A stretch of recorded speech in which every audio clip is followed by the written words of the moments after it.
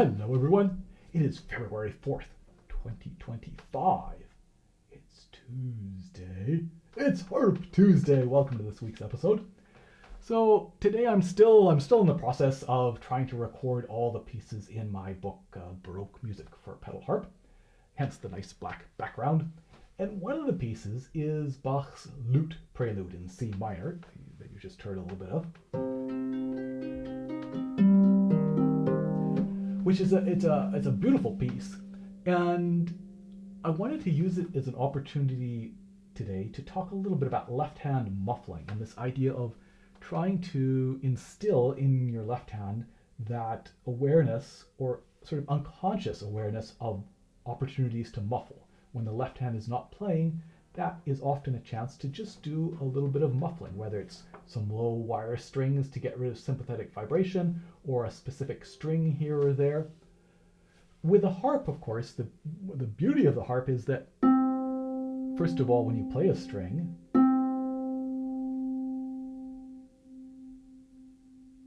unless you replace on it, unless you muffle it and stop it vibrating, it rings for a long time. And even if you stop it,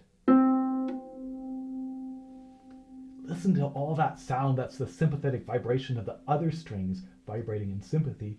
And so to play a note and then get silence, you have to do a bunch of muffling. And so there's this amazing sort of sound that gets created on the harp. And if I know some people coming from the piano, for example, it can also drive them a little bit crazy because it's as if you've got the pedal down all the time on the piano. There's all this constant sound. And for me, having started with a harp, I love it. I love that harp sound. And so it doesn't bother me in the same way. But it is very good to be aware of, as I say, using an opportunity when the left hand's not playing to get rid of some sound if that's appropriate. So it might, you maybe play this.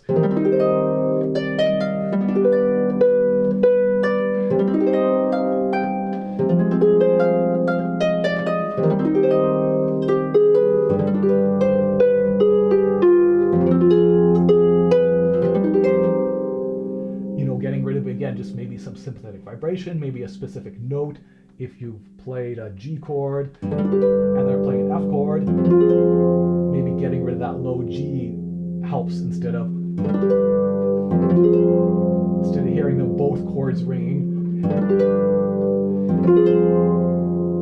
It's maybe a little bit cleaner sound. So, and for me at this point, so much of that happens just automatically. I don't have to mark it. I don't have to see it marked in. I'm just, my hand does that automatically. Is how do you get to that point? And I think looking for opportunities in pieces where you can write in some muffles, or in this piece where you can potentially practice that every bar. So in this piece, the pattern is the same every bar, whatever notes we're playing. We play a left hand note, we play a string of right hand notes, trade back and forth. Here's the new bar, beginning of the bar.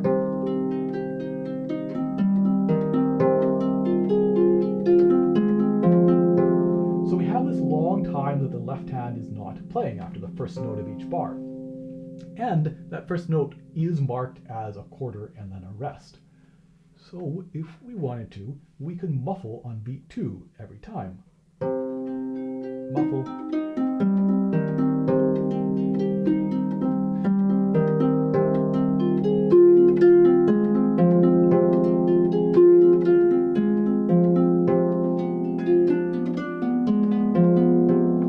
There it's pretty easy because that note that we're muffling is also what we're going to place for the next 1, 2, 3 that we're playing. So we just maybe place a little bit early. But that example that I started this episode with, where we're going B, A, G,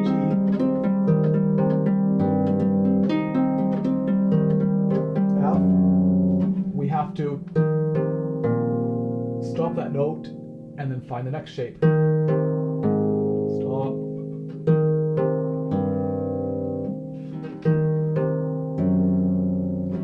And so I'm generally using the third finger, and I would say that's often the finger I will use. It can reach pretty far, but it feels more secure, a little bit more sure-handed, as it were, sure-fingered than the fourth finger.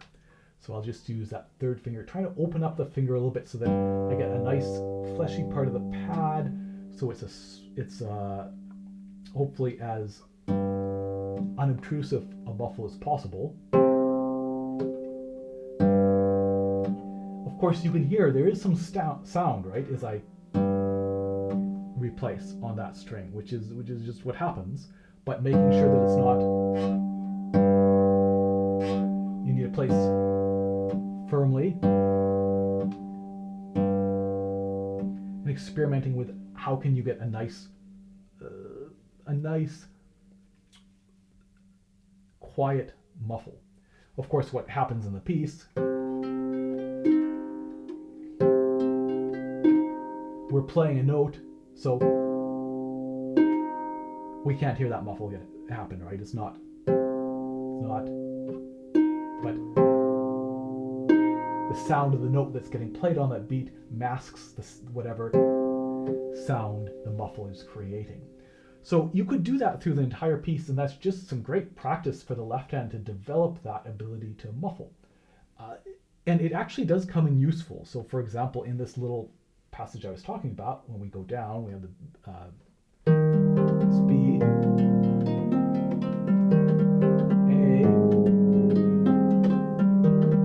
We're now going to change the A to natural. So by muffling, it helps make sure that we don't hear that pedal get changed.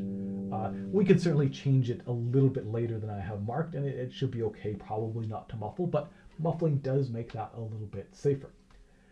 And in fact, there is one spot in this piece in bar 25, 26, I guess in 26, getting from 25 to 26, where I have specifically marked a muffle in. And so in this case, this is something that is in the music, and that's another good thing to do, is to hunt out music. And I know Grangeni and Salzedo, for example, would often put in very specific markings. If you okay, this finger is going to muffle this note. And in this example, we're going,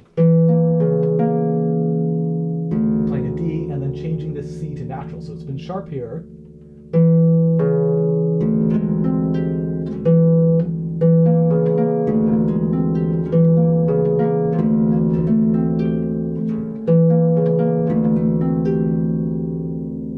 If we're lucky, we won't hear that get changed because we maybe time the change with playing a note.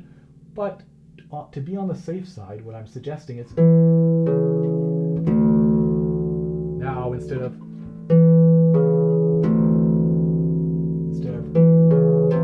we're going to muffle it, I'll place my fourth finger on the D, get ready to play, and sort of as I play, I will stop that C, because I don't want to hear it get stopped again. I don't want that, but now I can change that C back to natural with no risk of it being heard. So yeah, so a piece like this can be great practice for that. I will mention I also arranged this for lever harp, and you can't do that there because often some of the bars, the left hand is busy changing the levers. But here on pedal harp, you could do it every bar. Or maybe there's just certain bars where you feel you want to get rid of that ringing note. And I'll highlight as well one other piece, this Salzedo piece. And the Salzedo, again, was often would often include quite a lot of muffling symbols.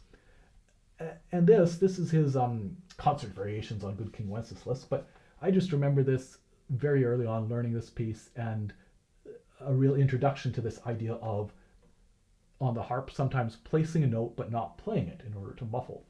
And so what we see here is that, for example, this left hand, we go, we're going to muffle that G. Do we need to? So here it is without the muffle. Sorry. I'll try it one more time. Here it is with a muffle.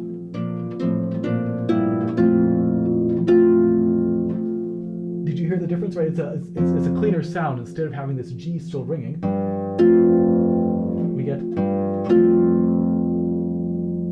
much nicer just to have that F chord there. It can feel annoying, like a lot of extra work. You just want to play instead of, and then you have to remember you're going to take that thumb away and then just play that F again with 2. But it is that type of thing that can help really make a big difference in sort of the clarity of the piece. And then we get a kind of an interesting thing here on the 3rd line. So here we're playing this chord, we're playing a B, but now we're going to play C, and we got these 2 notes ringing down here, so he wants us to replace with 2 and 3 on them, play the C, and then we're actually going to come off, and what is it? Play the C again, and muffle that C and come off. So there it is one more time. As opposed to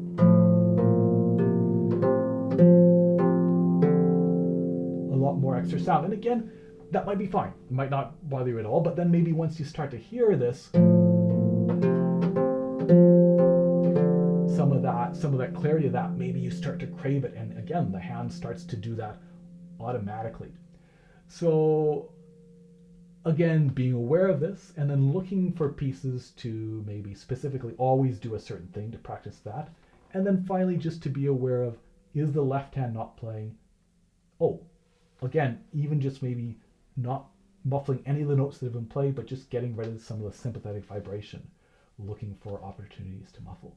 So I'll also, if you are interested in that topic, check out my other episodes on muffling, because some maybe specific information there that might be useful. But hope that was interesting, and I will see you soon for another episode of Harp Tuesday. Cheers.